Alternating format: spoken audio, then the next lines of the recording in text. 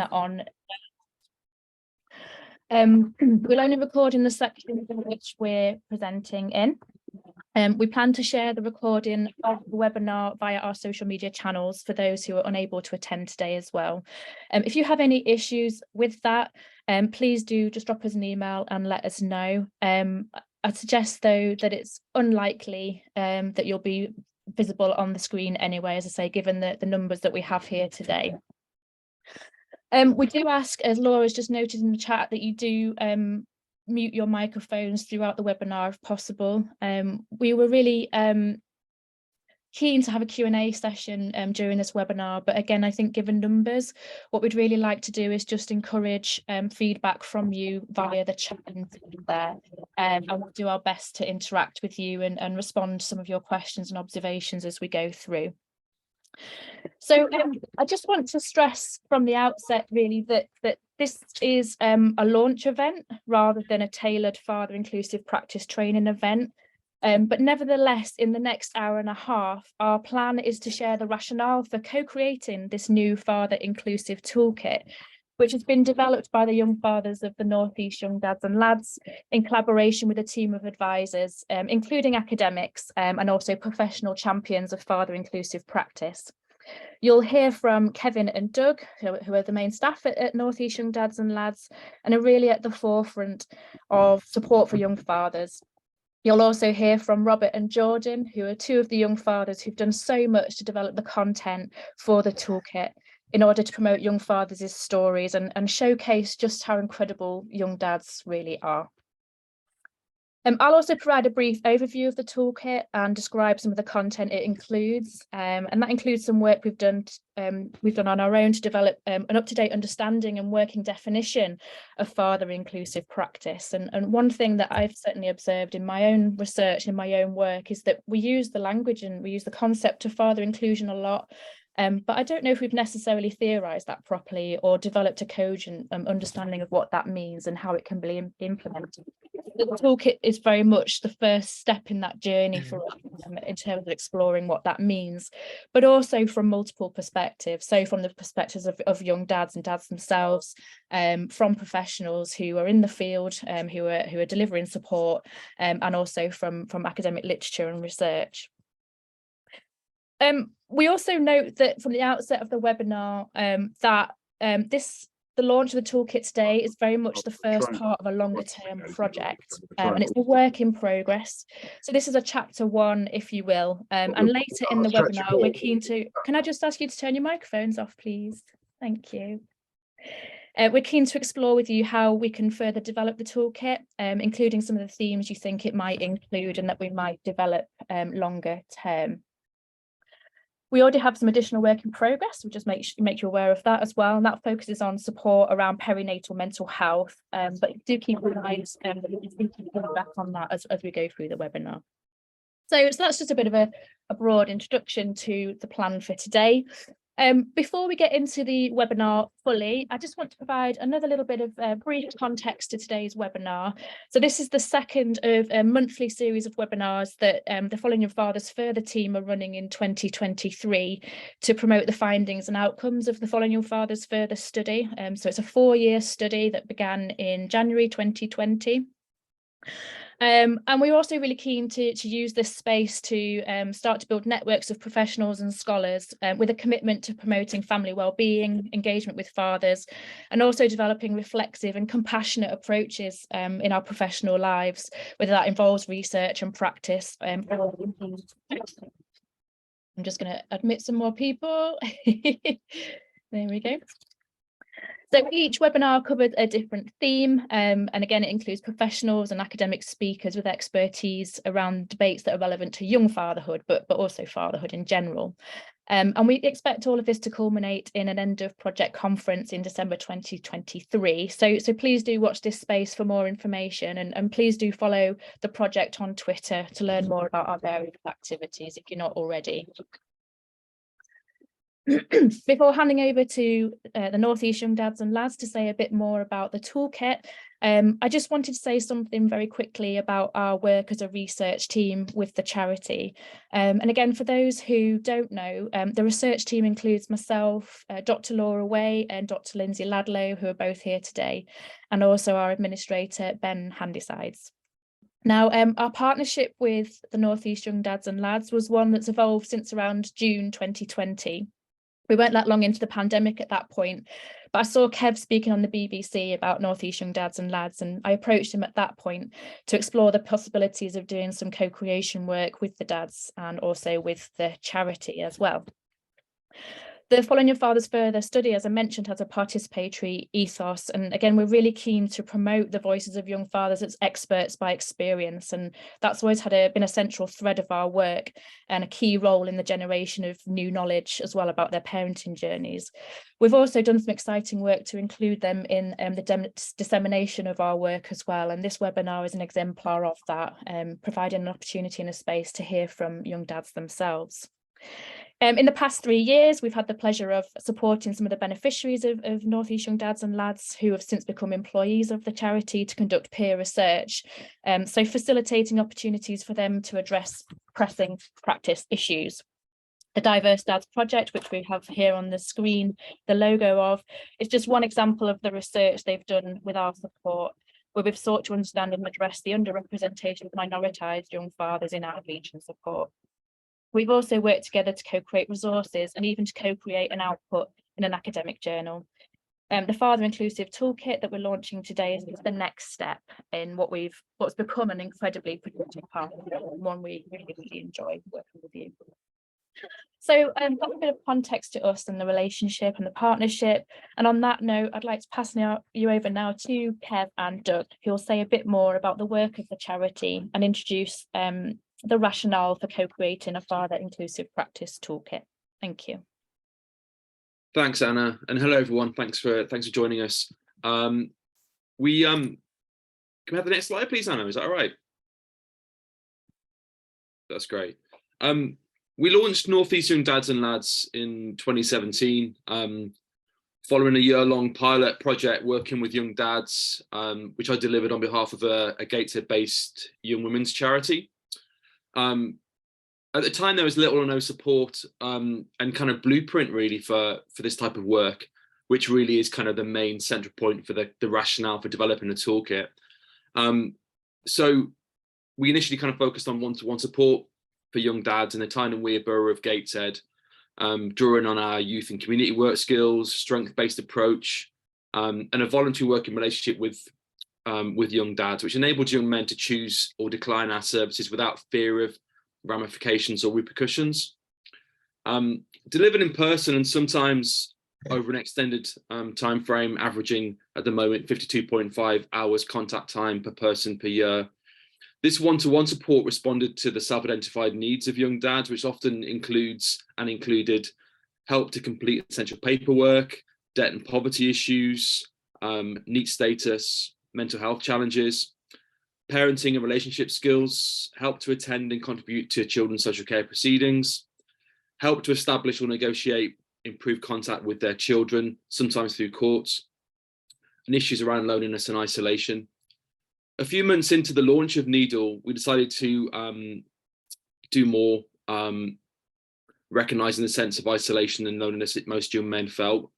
Often, the young men we kind of met described issues around a widening gap from their former peer support groups and friendship groups, either due to money, change in responsibilities, or in some cases, young dads being self-motivated to distance themselves from problematic peers. So initially meeting in the kitchen of a community centre with an office, with an offer of oven-ready pizzas, door-to-door pickups, and even Monopoly games. The work this group went on to do laid the foundations for what Needle would become. The vast majority of the young dads going on to become community beekeepers, allotment holders, community cycling group leaders,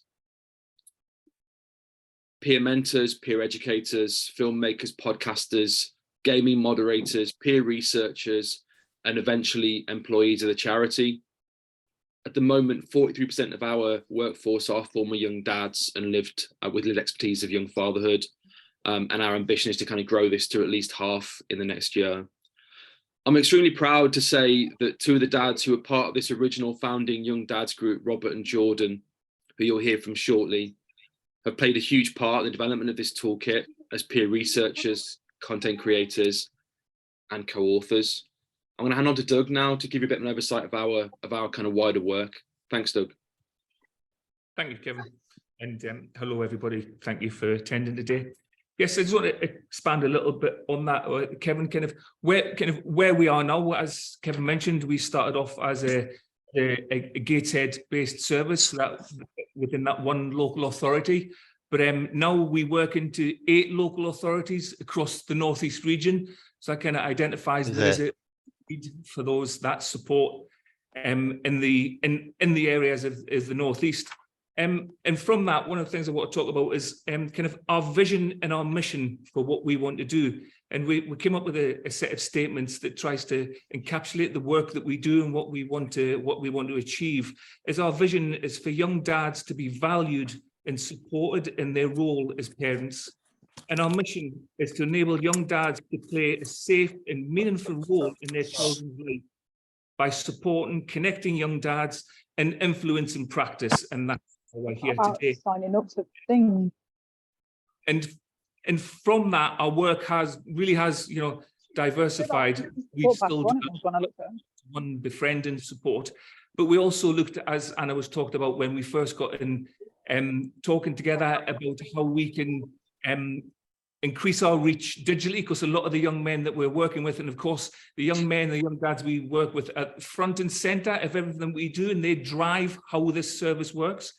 We're talking about how they connect online and where they get their information, and that's where our DigiDad e-learning platform then started to come on and born from that.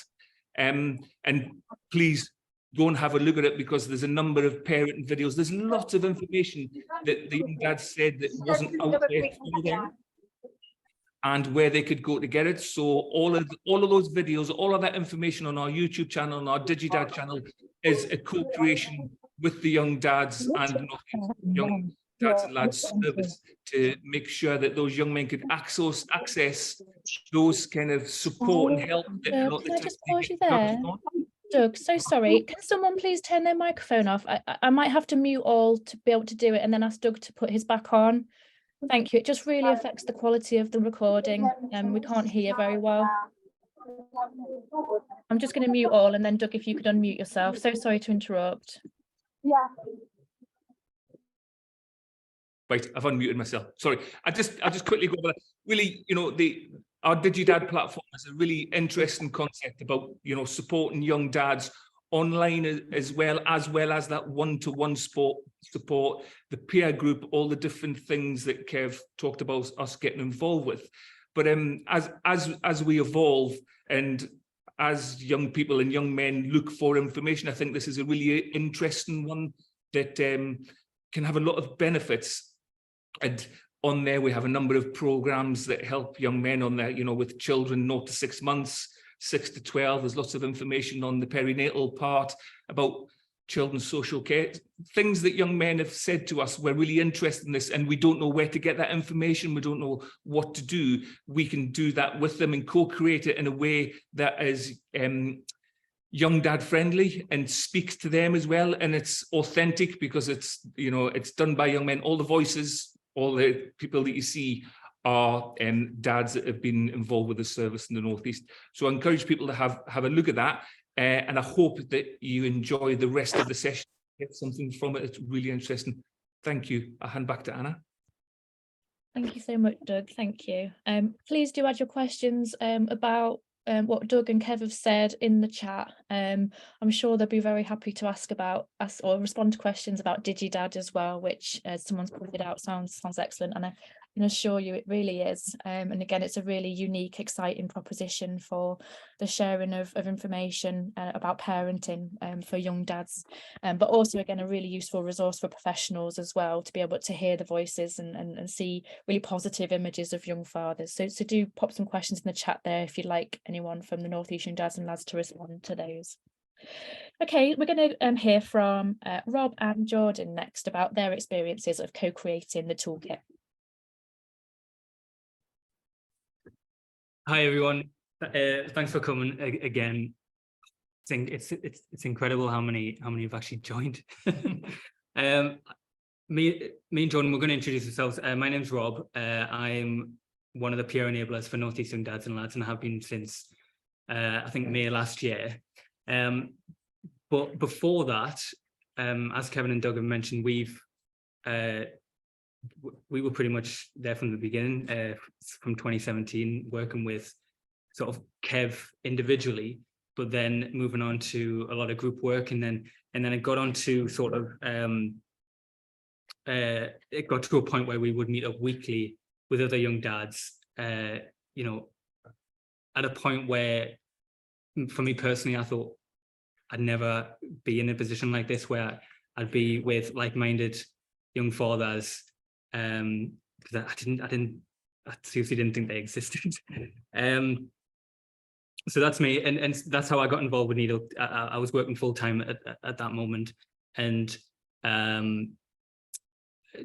Kev, I reached out to Kev through finding out that he was about through Gated Carers, really. But yeah, that's me for now. Jordan. Yeah, so my name's Jordan. I work alongside Rob as a PR enabler and PR researcher. I've pretty much been a part of the charity since the back end of 2015, before it was a main charity. I kind of got involved from the Young Women's Outreach Project, as I just kept bugging my partner at the time, as there was no support for me. And I just needed some help or someone to talk to about being a young dad, needing help. And then they sent over Kevin Studley's phone number. And once we got in touch, like Rob said, I managed to get in touch with him, and it kind of just started off a group thing, and it just got bigger and bigger. And now I call it like my second family, as it's just, I can just message any one of the lads and they're just there.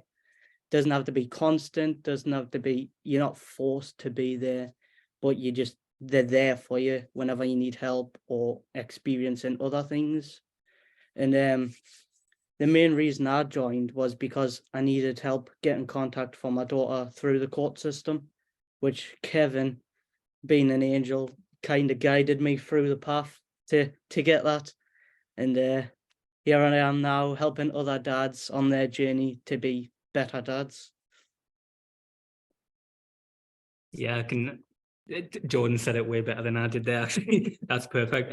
Yeah, that's exactly my thought process as well, which is why we were excited when we were asked to participate and meeting other young dads across the country, essentially trying to get some insight from their own experiences, which we've managed to put a lot of that into the toolkit itself. But what I want to do actually is just from a recording that I did over a few minutes, I just want to read a small extract of why I think of what father inclusive practice means to me. So I'll just start with that. So let's start with the most important talking point when we are asked this question, the young fathers themselves. I think it's extremely important that their involvement from the very beginning is recognised and its absolute fullest from all angles. When it comes to supporting them through parenthood, as this is without a doubt one of the proudest moments of their lives, but can also be the scariest. As you can imagine, some of the potential thoughts going through their heads at that moment in time, becoming a dad, you know, am I going to be good enough? Will I be able to provide for my family? And I hope I don't let anyone down. This small extract is a good example of sort of the insight that I've gained from talking to these young dads across the country through smaller focus groups that me and Jordan have sat through together, and then also hearing from the professionals themselves in separate interviews and it's just interesting to see similarities, but also different perspectives from the professionals that we talk to from their respective fields. So yeah, I mean, in terms of the toolkit itself, being able to again have that opportunity to be able to co-create that with Jordan and everybody else in the team, Anna and Laura, which Laura's helped out a lot. Thank you, Laura, for that. Being able to meet up with us and just talk about things. It's certainly given us a unique perspective coming from being young dads ourselves and going through the service that Needle's been able to offer, and now being on the other end of that, being able to, you know, do the same as what they've done for us. It's really nice. Thank you. Yeah, I'm going to speak a little bit on why like the toolkit is needed. And in my kind of experience going from me, I would say it shouldn't really be needed. It should just be a simple case of just asking a question. And as you all know, it takes two to make a baby. So it's not just a one-sided parenthood for every type of parent out there. But the one thing we realized is dads aren't getting asked the same questions as mom. They're not getting the same support. When I first became a dad, I didn't get any tips on like holding the baby, how to be a good father, and like basically just any basic baby needs I never knew anything of. So with this, like the whole point of this toolkit is to help dads who don't have that and try and give them a bit more experience in it before they do start their journey as a dad.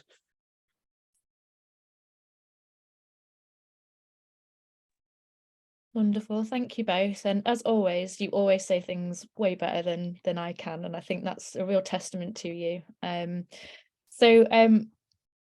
The ethos really again of the toolkit is put something down in a digital format that reflects this approach to working, and again that really does center and foreground as experts by experience, as I mentioned earlier.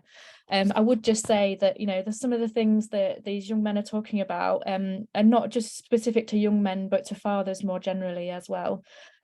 Becoming a parent for the first time for anyone is a really big deal, and it can be an unsettling period of time as well. So everything that we've developed in the toolkit, I think, really speaks to a broad set of experiences, albeit driven by the voices of young fathers.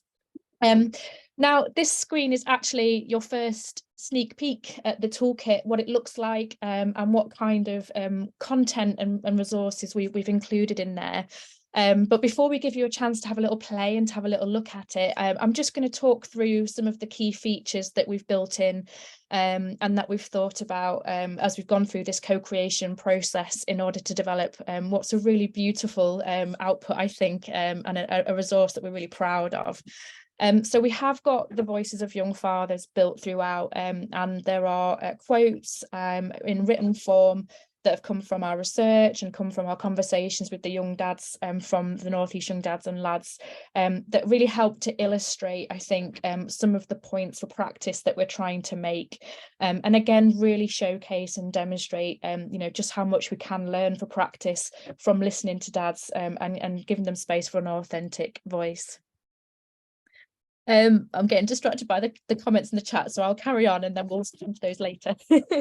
So as well as the quotes from the dads, there's also lots of different features here as well. So we've got these conversations. I might have jumped ahead of my slides slightly. Can I just go back and check? Sorry, no, I haven't. It's fine. We've got some must-dos for practice, and also some conversations between professionals and young dads. So these are again interactive features that you can access via QR codes and via links throughout the toolkit. And again, if I just move on to the next screen, you can see an example of that there. So it is very much about telling the stories of young fathers throughout the toolkit, but we do provide sort of more tailored information and advice for professionals based on our engagement with different professionals out there in the field. But essentially, what we try to do is, well, we recognise that, you know, making change to practice in the current context is really challenging. So our suggestions are more about the small changes that can be made that actually have huge impacts on fathers in the longer term and in terms of their parenting journey. So we try and get that balance right in the toolkit. What we're also trying to promote really is a strengths-based approach to professional practice and support for fathers. So one that's about you know, listening to young fathers or listening to fathers about some of the challenges they're navigating, asking about dads, seeing, you know, asking mums about dads, collecting data about dads as well, so that you have a clear, full picture of the whole family, and open up opportunities to invite dads more effectively into the work. What we're trying to do essentially is kind of promote this kind of caring, compassionate approach to support for fathers. So we have the must-dos checklist for dads, which you'll see when you look at the toolkit, and you can interact with that and you can tick the boxes and think about what you already do. To use the language of the Fatherhood Institute, this enables you to do a bit of an audit, if you like, of your own practice and of your services practice, and also to take a bit of a temperature check from this point onwards as well about whether you think you're achieving father inclusive practice in your current approaches. The conversations between professionals and young dads, they are podcasts. We have the Think Dad podcast, and I'll show you an image of that in a moment. But again, these are conversations between Robert and Jordan and champions for father inclusive practice in a range of different multi-agency services that might come into contact with fathers through their practice. So again, you know, there's things beyond the toolkit that you can engage with and access. We've also got some interactive elements in terms of space for reflection as well. So again, we really encourage you to type into the boxes on the toolkit and to use that again as a form of temperature check for your current practice. Again, we're sort of really keen that the developments in father inclusive practice are driven by those of you who are doing this in your everyday lives. And again, we encourage some feedback on this as well later on. And we'll talk to you a bit about what we're going to ask you to do and once you've engaged with the toolkit, once you've had a look. But as I say, there's QR codes there that take you to YouTube and to all sorts of lovely content about young fathers. So this is just the logo for the Think Dad podcast here. And again, we'll share a link to that through the toolkit, and we can pop that in the chat as well. Again, these are really quite profound, I think. You know, it's about opening up that conversation and creating a space for a conversation. I think very often in everyday lives, you know, we don't necessarily have the conversations we need to have to help encourage people and to understand what it is we're doing and why we're doing it. A lot of the young dads we've researched with and that we've worked with, they struggle with confidence, and they may come into a professional interaction with some fear and trepidation about what might happen. So these conversations are really about breaking down some of those barriers between young fathers and professionals as a way of moving productively forward to affect change. We also share some good practice examples as well. So these are kind of based on our existing knowledge of some of the great work that's going on out there nationally. So we've got Dads Matters there, we've got Dads Rock up in Edinburgh, and also the Young Dads Collective, which is a model that I've been working to develop in Grimsby through co-creation methodology. And again, there are links to young men talking about their experiences, talking about some of the challenges they navigate, just to provide some sort of depth context to the kinds of things you might have to think about when engaging with fathers. As I mentioned, we also have developed kind of or thought about what we mean by father inclusive practice through the development and the co-creation of the toolkit. And these are just some quotes taken from the toolkit, again, about what we think is meant by that. So, you know, being dedicated to being inclusive of the whole family, caring and compassionate. We have a whole page on practices of sidelining and surveillance, which is concepts that have been developed through the Following Young Fathers research that Bren Neal at the University of Leeds led. So these are practices of either excluding and ignoring dads in professional contexts, and or taking a highly risk-based approach. Again, what we encourage is that you know, even if there are challenges where men are being problematic in their relationships, we still need to engage with them in the research and in the support context.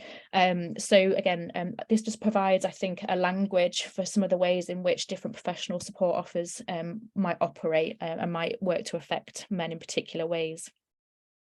A lot of it's about enthusiasm and empathy, and it's about quality of character, really, I would say, in professional relationships, and again, all of which are about establishing trust with young men and with fathers, being non-judgmental, but also recognizing that this is about celebrating fatherhood. It's about celebrating dads and all the diversity, but also the broader societal benefits and the benefits for children and women too. So that's kind of where we're at in terms of our definition of father inclusivity as it currently stands. Okay, so that's a bit of context to the development of the toolkit. I'm now going to ask Kev to share the toolkit in the chat for us and for you all. I'll give you about 10-15 minutes. There's going to be a bit of sort of quiet time where we're not presenting, where we encourage you to have a look through and provide us with some feedback on the toolkit using the chat function here. What I'll do then is I'll reflect on some of the comments and I'll encourage the rest of the team, so Kevin, Doug and Rob and Jordan, to respond to some of those as well if they want to, and that helps me just to manage the large number of people we've got here a bit, if that's okay with everybody. So if you could access the link there, so it's in chat. You could also use the QR code as well if you want to use that. So if you've not used a QR code before, you use your camera app on your phone, hover it over the QR code and it will give you a link, a web link. Have a look at those different formats or use the one that best suits you. Any problems, pop your microphone on, just let us know and we can try and support with that. But if not, just take that sort of, I'm going to do say 15 minutes so you can have a look at all the different elements, and then we'll come back and talk through it a little bit. Hope that sounds all right for everybody.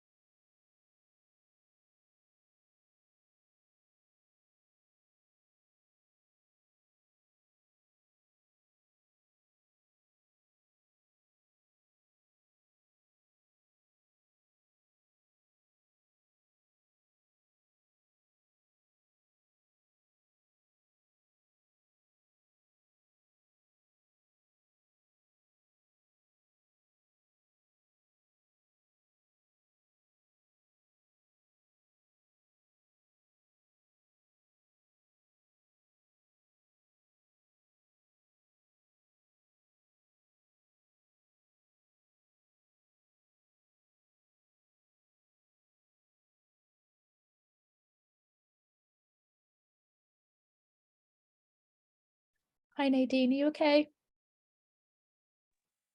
Hi there. Sorry, I'm just in a cafe trying to listen to it because I'm on annual leave.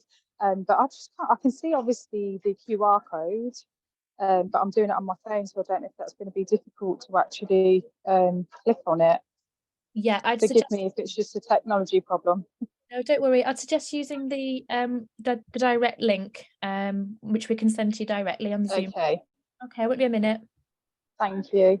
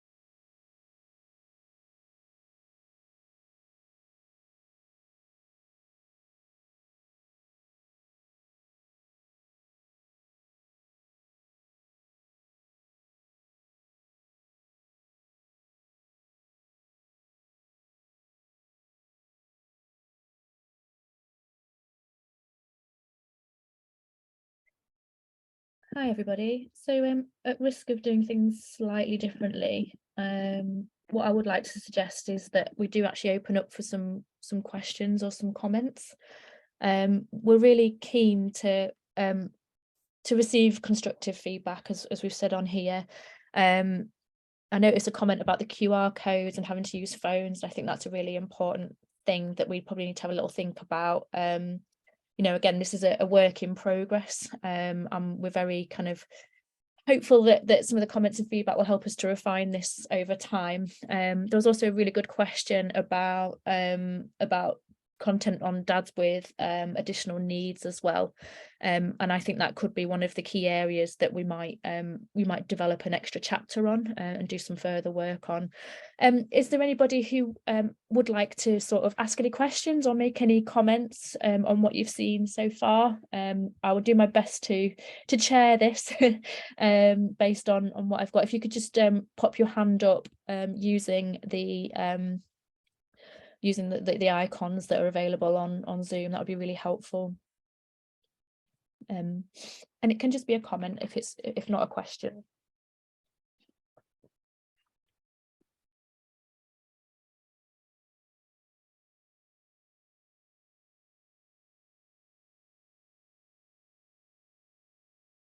Yeah, thank you to everyone who's providing suggestions around the QR codes. I think the tech side of things has certainly been perhaps our slight weakness for us in terms of developing the interactive elements. Do we have any comments at all or questions?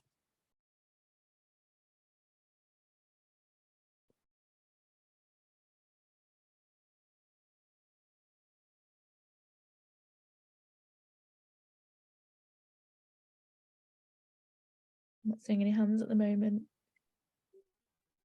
But yeah, just in terms of some of the comments we're getting in the chat, which I think you're probably following. So we've had a couple of questions about, as I say, different kinds of content.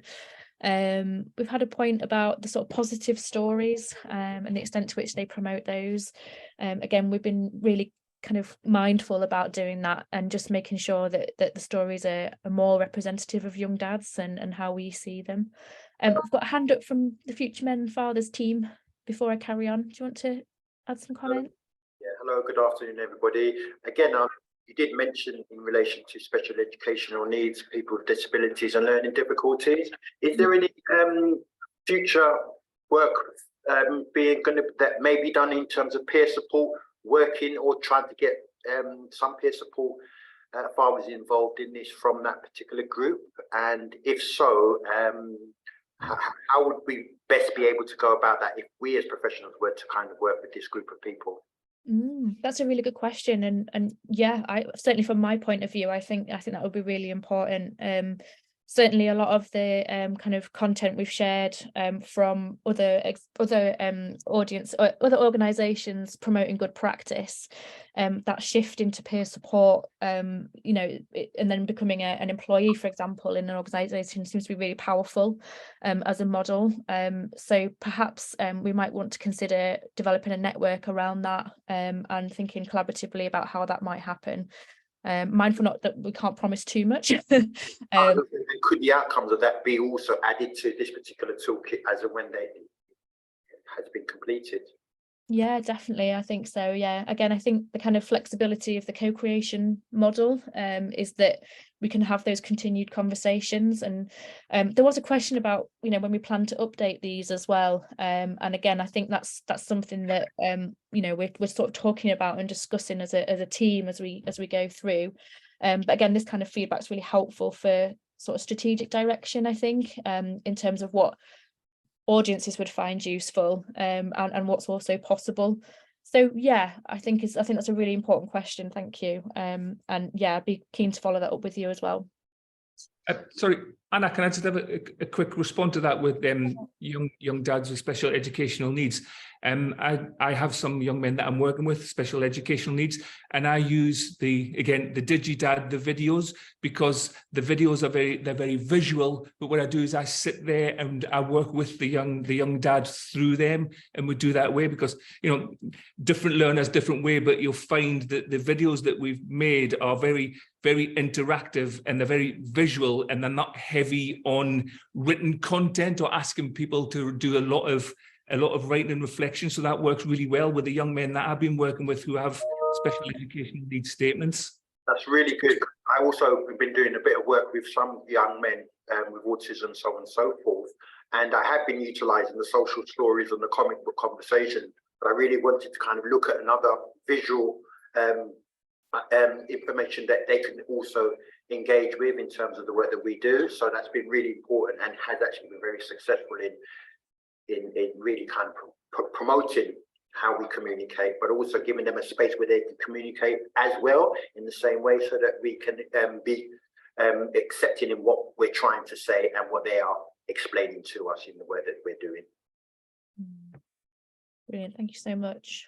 I think, sorry, just to interject, I think, yeah, we'd be really interested. I mean, the DigiDad platform very much is a work in progress. It's something that we started in COVID and has kind of grown and taken roots and has gone beyond our kind of regional imagination, really. But we're always really keen to kind of, you know, collaborate with the partners and develop that tool further. So more than happy to have a chat with you about how we can sort of maybe create some new content for that platform too.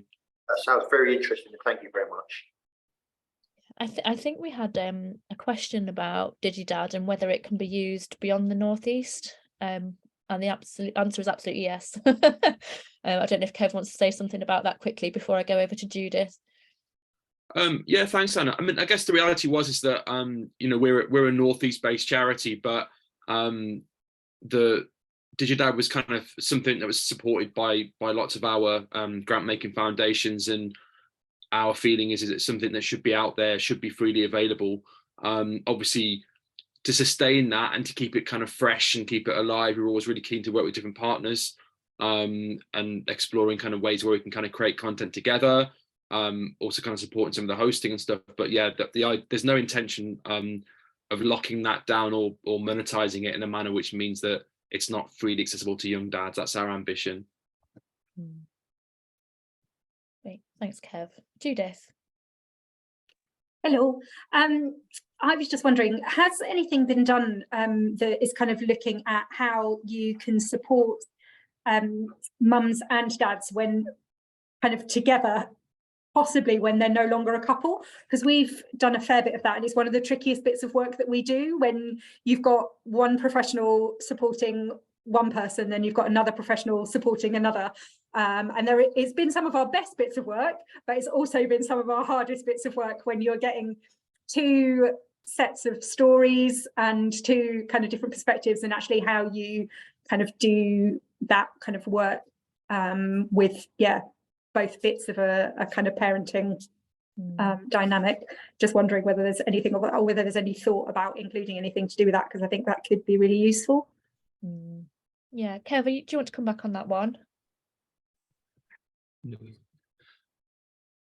Or Doug? Yeah. Yes, I think we do that one.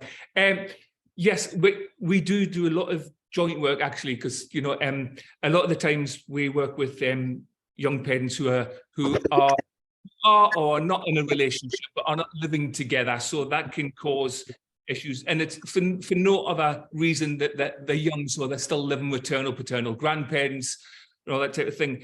Now, we will always try and work really closely with the referrer who refers to the service to support the family, because we're not a refer on to service, we're a working with service, which we always want to be, because that's what people love to do, tick the box, I've referred it to a dad service. So we'll always try and work together.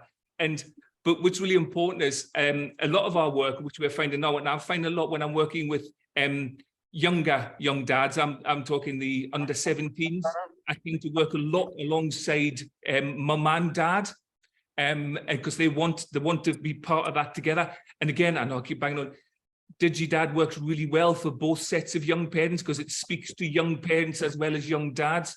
And very soon our perinatal program will come out, and there's a lot of focus on what is happening to mum and how dad can support. So it's part of our work is really supporting that negotiation, supporting that parenting together. And if they're not able to be together, it's still promoting parenting together for the best outcomes for the child. So yes, I do a lot of work. I spend a lot of time talking to paternal and maternal grandparents and being the mediator.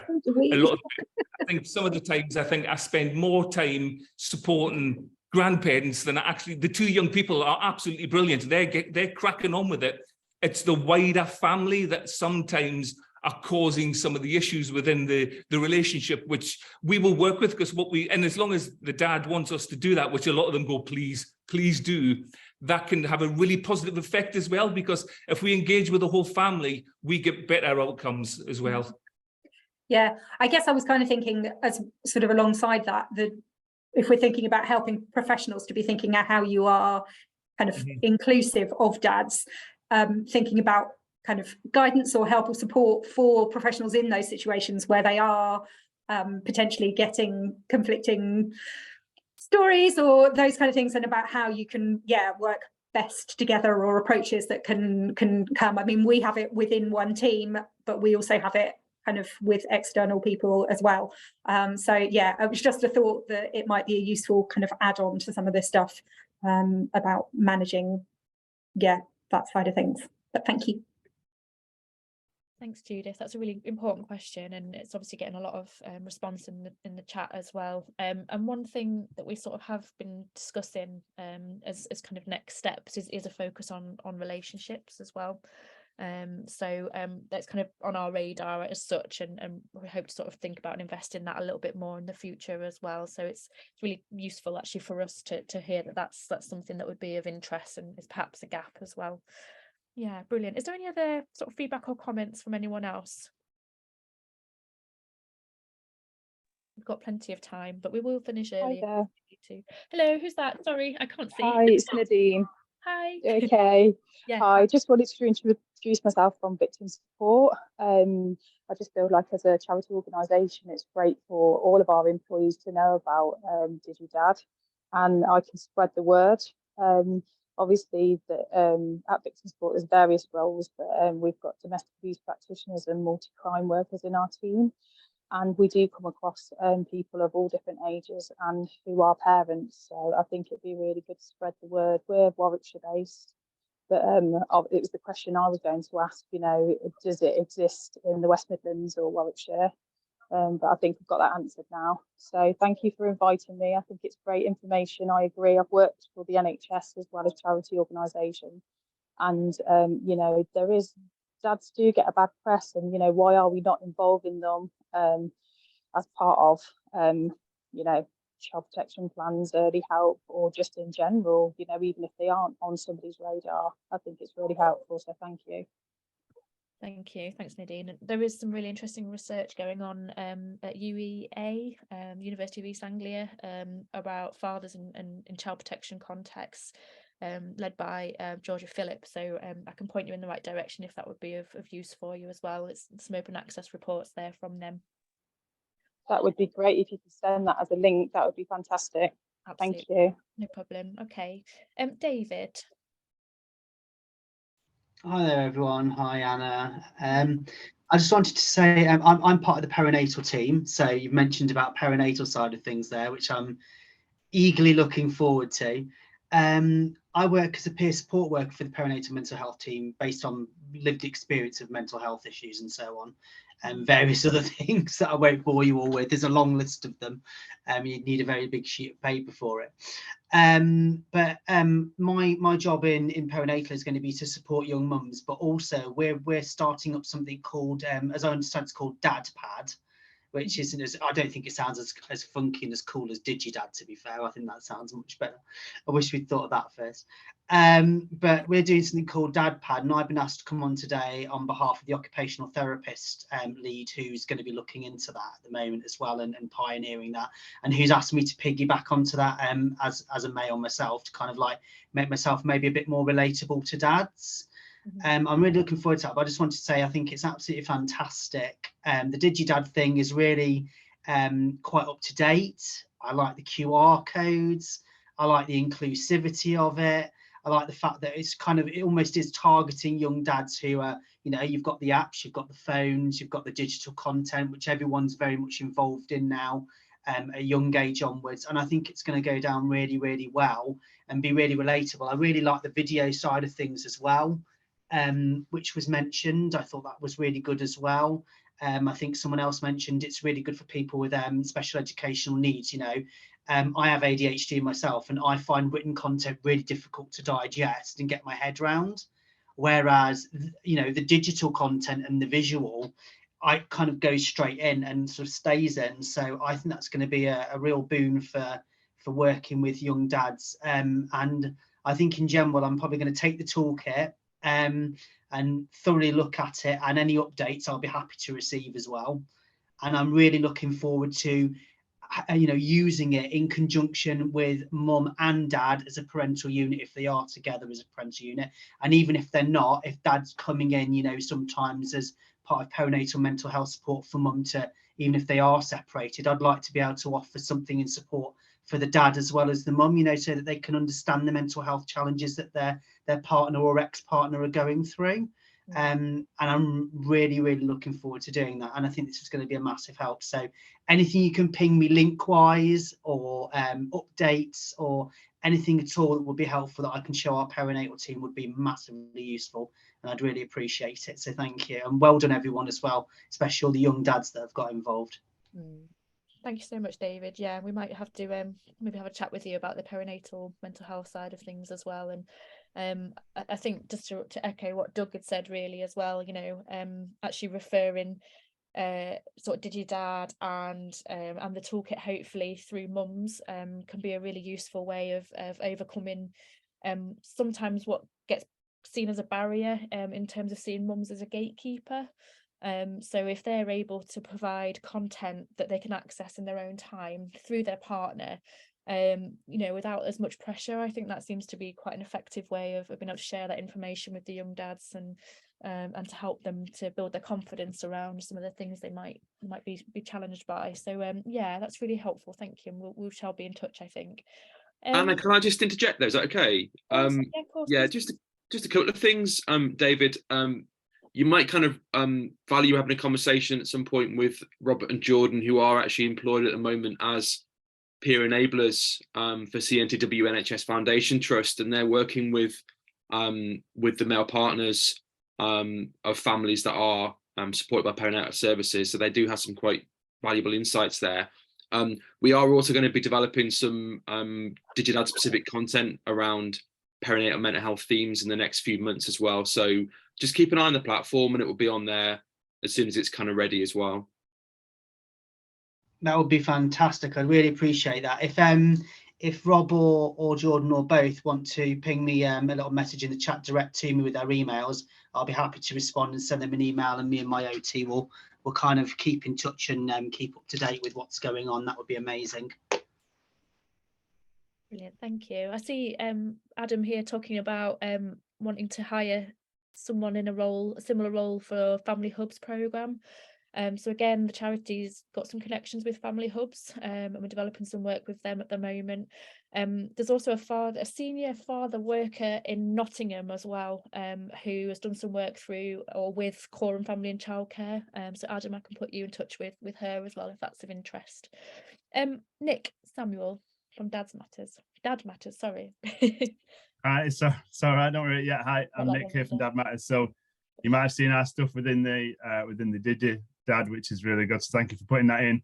Although it says we're in Manchester, we operate across the whole of the UK in terms of all our work is obviously all online. So anyone from the whole world can access it. But in terms of what we do stuff online, but we work with local home start schemes in the perinatal period and working in perinatal mental health. So that is supporting dads with attachment and bonding, but supporting those dads who are supporting partners who might be receiving some mental health, or the dad might be going through some mental health himself. So if you want any more information about that and kind of what we do and how we do it, we work with a lot of different professionals around how they can engage dads. We've got a whole training package that we deliver to professionals. But a lot of the work is that peer support. So all of us who work for Dad Matters, obviously we're all dads. And then we take referrals from perinatal mental health teams and various professionals. But what we also do is make sure dads are getting the right services for them, because we know that the services out there for dads, such as everything that's going on here, but we know that dads just don't access those, especially in the perinatal period. So any kind of collaboration that you want to do in terms of when you think about the perinatal stuff that you're wanting to get together, let us know, shoot us up, and cool, thank you. Brilliant, thank you, Nick. Do any of my colleagues want to come in on that before I carry on? I can't see you. I think we're okay. Just on collaboration, and it's really lovely how this has kind of evolved actually through this session, where people are sharing information and and starting to build these networks. Someone also asked about how we're going to keep the content up to date, and we are going to need to hear from you, I think, and that's a really important point to make. So if you want to feature in a podcast, or if you want to talk a little bit about father inclusive practice from your own perspectives, I do encourage that you get in touch.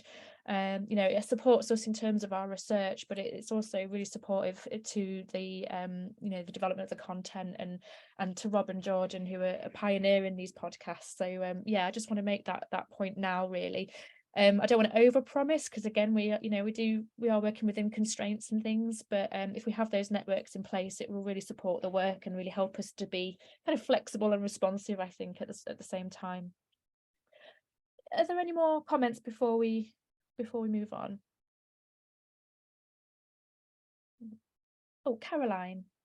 Hi everyone. I really love the resource, but I'm just wondering if there should be something in there that recognises fully about gender and the possibility that you could have transgender people needing this resource or needing some help, and the language throughout the document is very much looking at talking about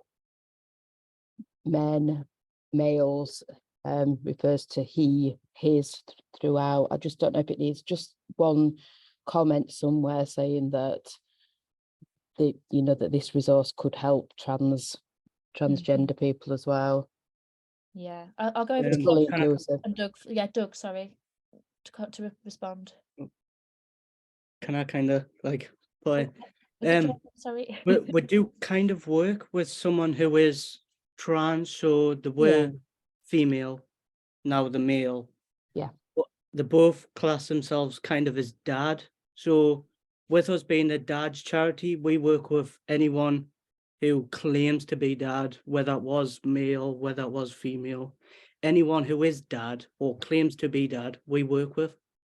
So it's not really gender specific to that kind of standard. It's just whoever wants to be, whoever is stating to be dad, we will work with to an extent. And there's nothing in between it. So we'd treat them like any other young dad that we would normally. We don't push them or ask them certain questions that they don't want to be asked. It's just bring them in. If they want to be dad, we do dad stuff. That's it. Yeah, we've got it's a really important question as well, I think, Caroline, and we've got in the diverse dads profiles, and we have one of those dads as well. But I think perhaps we could, like you say, maybe just have a kind of a more direct sentence that really invites people into the work. So I think that's something we can definitely take on board as well. But yeah, really important question. Thank you. Thank you. I know a couple of dads have actually been interviewed as part of the next stage of the toolkit development that are trans dads. So I think we can also kind of explore that in that next module as well. Yeah, agree. Yeah, okay, thank you. I'm taking notes while I'm writing all this down. David's got his hand up. Is that a historic hand, or it's gone now? No, it wasn't. I've got one of these god awful Dell laptops that I can't control without a main keyboard and a mouse. It drives me mad.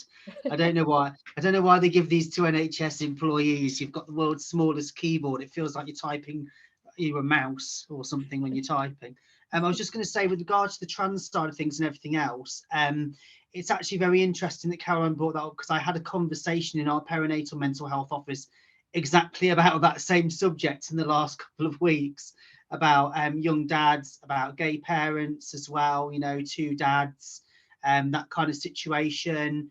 How does that feature in perinatal mental health? Because obviously there wasn't a female involved.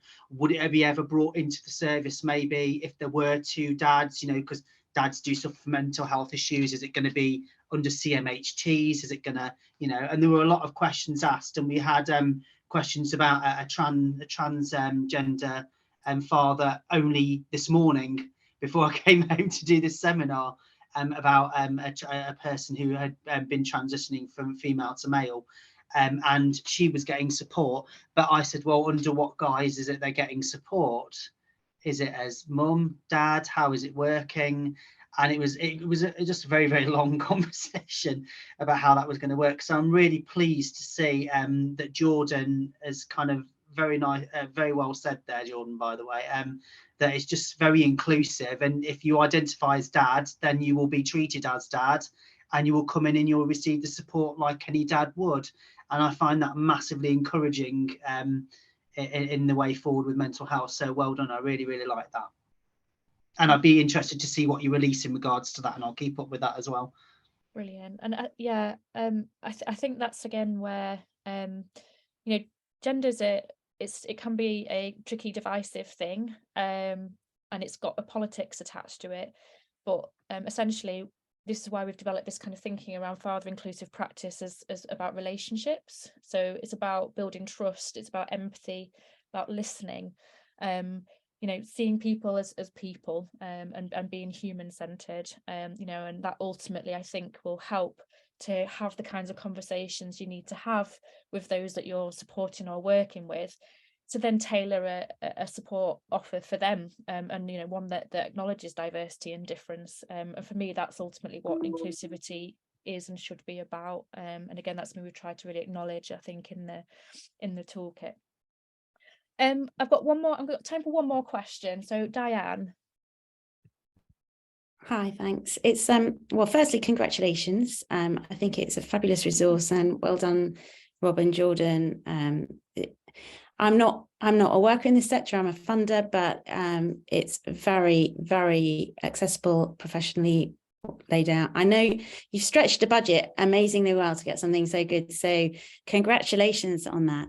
And it's really a question about, you've done really well as well to network with all these people to get the word out, but do you have any strategy? Do you have any advocates, if you like, higher up in the NHS, Public Health England, who are going to help maybe to get this spread farther and wider than, if you like, professional word of mouth at practice level? Is there a strategy? Is there an outlet for that? Yeah, I think that's definitely our next steps. And again, you know, part of any transformation that needs to happen needs to involve people at the top as well, and decision makers, funders, MPs as well. So yeah, this really is kind of us, you know, our first step in doing some of this dissemination and some of this impact work. And I'm going to do that annoying thing where I throw that back out and say, what can you do that for us? Or is there anyone we need to be promoting this to, you know, that needs to know about this? You know, I think you all have as well a massive wealth of networks beyond what we've been able to develop so far as well, you know, so we can do a certain amount, but I think, you know, it takes a village. And yeah, I guess that's kind of an ask that we would have, really. So who do we send this to? And you know, can you share the links, and can you get this out there? Which I hope that doesn't sound like a cop-out answer, but I think it's more about that, you know, that making use of established networks that are already there as well.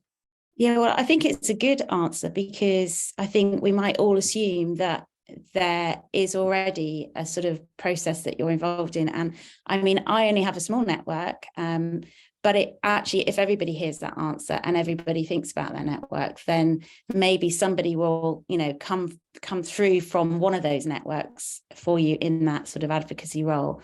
So, you know, I hope that everyone's hearing that. So, and not just, you know, just because I'm from a funder actually doesn't necessarily help, because we're small and we don't have a huge network either. But if we're all trying, maybe we'll find, you know, the right connections to help this move forward. So thanks very much. Yeah, thank you, Diane. Thank you for making that point. And actually, I'll just show you very quickly one of our slides. We did sort of have a little think about this as well, you know, in developing these, and we do have an ask from those of you that have attended. We would really strongly encourage that you do share the toolkit far and wide.